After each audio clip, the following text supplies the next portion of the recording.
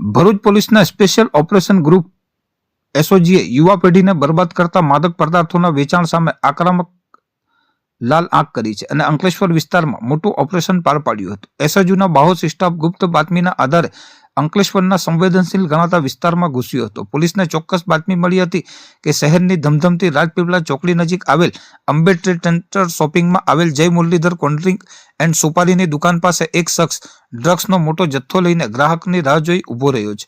બાતમી મળતાની સાથે જ એસઓજીની ટીમે વીજળીની ઝડપે કાર્યવાહી કરી દરોડો પાડી સ્થળ પરથી પોલીસે આકાશ શ્રીરામ યાદવ રહેવાસી મીરાનગર અંકલેશ્વર નામના શખ્સને રંગે હાથ દબોચી લીધો હતો. આરોપીની તલાશી લેતા પોલીસ પણ ચોંકી ઉઠી હતી.